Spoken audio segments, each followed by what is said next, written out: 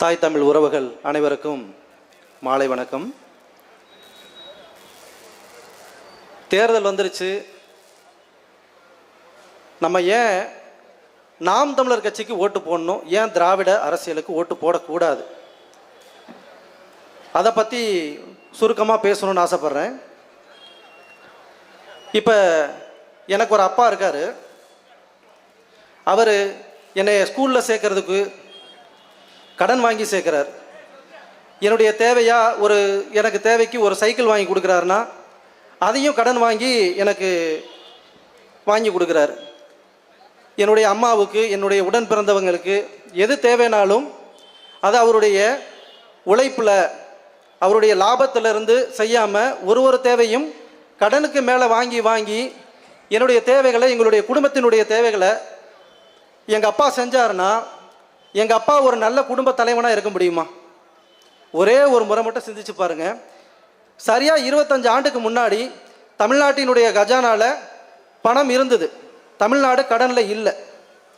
ஆனால் இப்போ கடந்த 25 ஆண்டுகளில் தமிழ்நாட்டினுடைய ஒட்டுமொத்த கடன் பார்த்தீங்கன்னா 10.5 லட்சம் கோடி.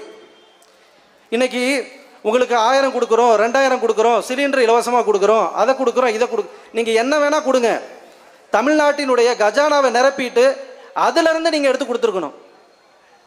இப்போ 10.5 லட்சம் கோடியை மீண்டும் நீங்கள் இன்னும் ஒரு 3 லட்சம் கோடி, 5 லட்சம் கோடின்னு கடனை வாங்கி அதை எங்களுக்கு கொடுத்தீங்கன்னா நீங்கள் எப்படி சரியான தலைவனாக இருக்க முடியும்? நானும் சும்மா இப்படி ஒரு ஓரமாக நின்று வேடிக்கை பார்த்த ஒரு கூட்டத்தில் ஒரு சாதாரண நபராக மட்டும்தான் இருந்தேன்.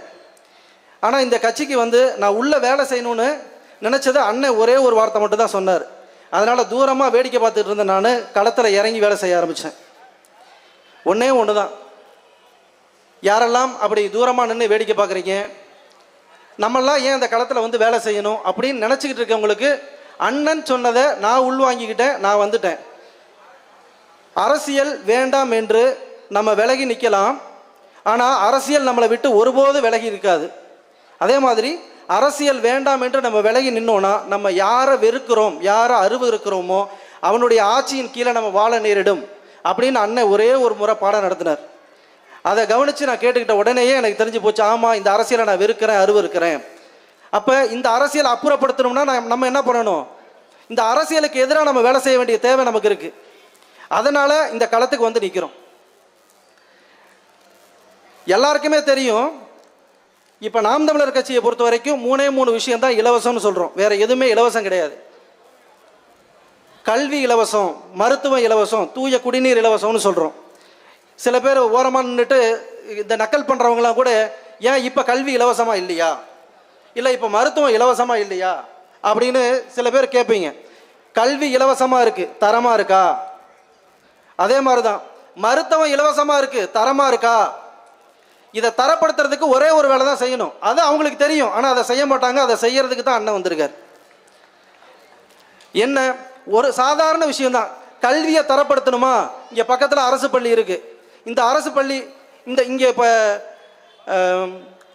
இங்கே இருக்கக்கூடிய அரசு பள்ளிக்கு பக்கத்தில் இருக்கக்கூடிய அரசு ஊழியர்களாக இருக்கட்டும், இல்லை முதல்ல அந்த அரசு பள்ளியில் வேலை செய்யக்கூடிய ஆசிரியர் தன்னுடைய பிள்ளைகளை அந்த பள்ளியில் சேர்த்து படிக்க வைக்கிறாங்களா? நாம் தமிழர் ஆட்சி வந்துச்சு, அண்ணன் ஆட்சியில் வந்தாருன்னா அரசு பள்ளி ஆசிரியர்னு கிடையாது, அரசாங்கத்தில் வேலை செய்யக்கூடிய அத்தனை பேரும், அவர்கள் மட்டுமல்ல, ஒரு சாதாரண கவுன்சிலராக இருக்கட்டும், இல்லை எம்எல்ஏவாக இருக்கட்டும், எம்பியாக இருக்கட்டும், யாராக இருக்கட்டும், அவர்கள் தன்னுடைய பிள்ளைகளை அரசு பள்ளியில் தான் படிக்க வைக்கணும் அப்படிங்கிற சட்டத்தை அண்ணன் போடுவார். இன்றைக்கி நம்ம பக்கத்தில் இருந்துட்டு நம்மளே பக்கத்து வீட்டை பார்த்து தான் இன்றைக்கி ஒரு தனியார் பள்ளியில் நம்ம பிள்ளைகளை சேர்த்துருப்போம். ஏன் நம்ம கொண்டு போய் அரசு பள்ளியில் சேர்த்தோம்னா அவங்க நம்மளை அசிங்கமாக நினைப்பாங்களே அப்படிங்கிற மாதிரி ஒரு எண்ணம். இதே நம்ம வீடு பக்கத்தில் ஒரு தாசில்தார் ஐயா குடியிருக்கிறார், ஒரு கலெக்டர் ஐயா குடியிருக்கிறார்.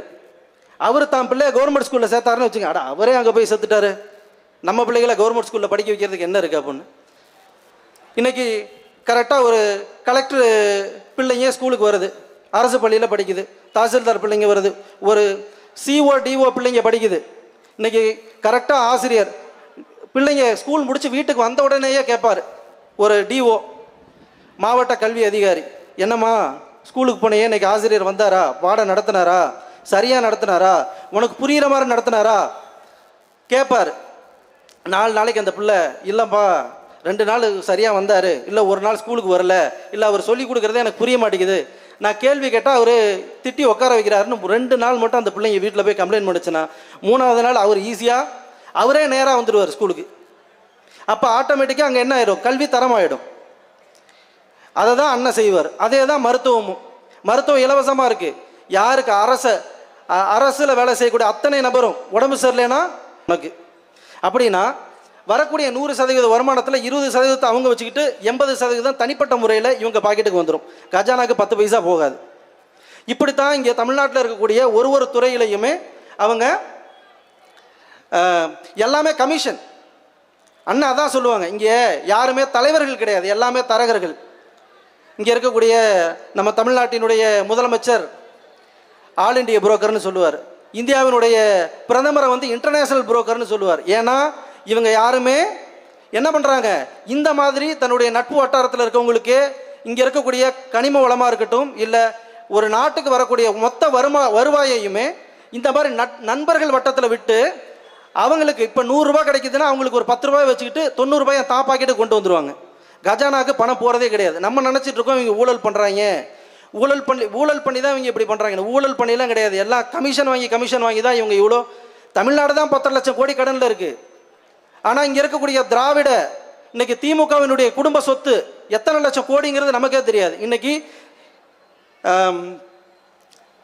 ஆசியாவிலேயே மிகப்பெரிய பணக்கார குடும்பம் தமிழ்நாடு. ஆனால் அவங்க என்ன தொழில் பண்ணாங்க? தமிழ்நாட்டுக்கு வரும்போது அவ்வளோ பெரிய பணக்கார குடும்பமா?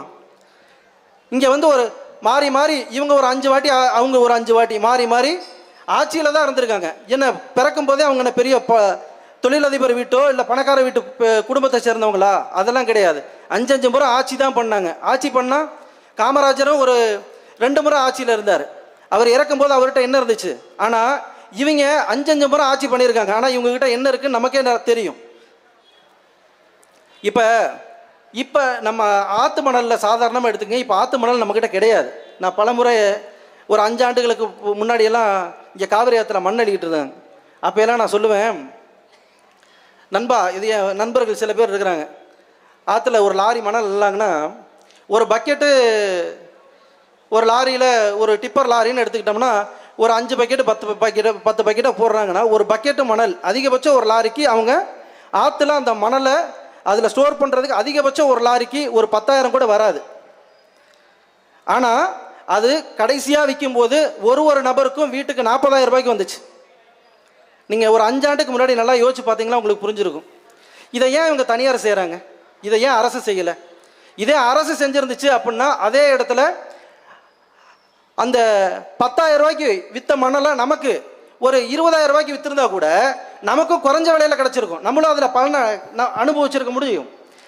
அந்த 20,000 ரூபாயும் எங்கே போயிருக்கும்? கஜானாவுக்கு போயிருக்கும். ஆனால் இவங்க ஒரு தொழிலையும் தன்னுடைய மாமா மச்சான் நண்பர்கள் வட்டாரத்தில் விட்டு எல்லா கமிஷனுக்காக, நண்பா நான் உனக்கு 10,000 ரூபாய்க்கு கொடுக்குறேன், 10,000 கஜானாவுக்கு வரட்டும், நீ அதை 40,000 ரூபாய்க்கு விற்றுரு, உனக்கு 30,000 ரூபாய் லாபம், அந்த 30ல் 25 எனக்கு கொடுத்துரு, 5 நீ வச்சுக்க, இது டீல், இதுக்கு நீ ஒத்துக்கிட்டீங்கன்னா ஓகே, இல்லைன்னா எனக்கு வேற நண்பர் இருக்கா, நான் அவனை வச்சு பார்த்துக்கிறேன். இப்படி ஒரு தொழிலையுமே அரசு செய்யாமல் தனியார்கிட்ட விட்டு இவங்க தனிப்பட்ட முறையில் கமிஷன் அடித்து பெரும் பணக்கார முதலிகளாக வளர்ந்து நிற்கிறாங்க. இந்த மாதிரி ஒரு துறையையும் நாம் தமிழர் கட்சி ஆட்சிக்கு வந்துச்சுன்னா அத்தனை துறையும் அரசே நடத்தும். இப்படி ஒரு துறையும் அரசு நடத்தும் போது படித்தவங்க படிக்காதவங்க அத்தனை பேருக்கும் தன்னுடைய தகுதிக்கு ஏற்றவாறு வேலை வாய்ப்பை நாம் தமிழர் கட்சியால் கொடுக்க முடியும். தன்னுடைய ஒவ்வொருத்தரும் அரசினுடைய பணியாளர்களாக இருக்கும்போது கட்டாயம் எந்த வீட்டிலும் வறுமையே இருக்காது. எல்லாமே தற்சார்பாக தன்னுடைய சொந்த நம்பிக்கையின் கீழே நிற்க முடியும். இந்த மாதிரி ஒரு நல்ல ஒரு மாற்று அரசியலை உருவாக்குறதுக்கு நாம் தமிழர் கட்சிக்கு வாய்ப்பு கொடுங்க. கரூரில் மருத்துவர் கருப்பையா நிற்கிறாரு. வர 23ஆம் தேதி நாம் தமிழர் கட்சியினுடைய வெற்றி சின்னமான விவசாய சின்னத்தில் வாக்களித்து பெருவாரியான வாக்கு வித்தியாசத்தில் வெற்றி பெற செய்ய வேண்டுமாய் கேட்டுக்கொள்கிறேன். நன்றி, வணக்கம்.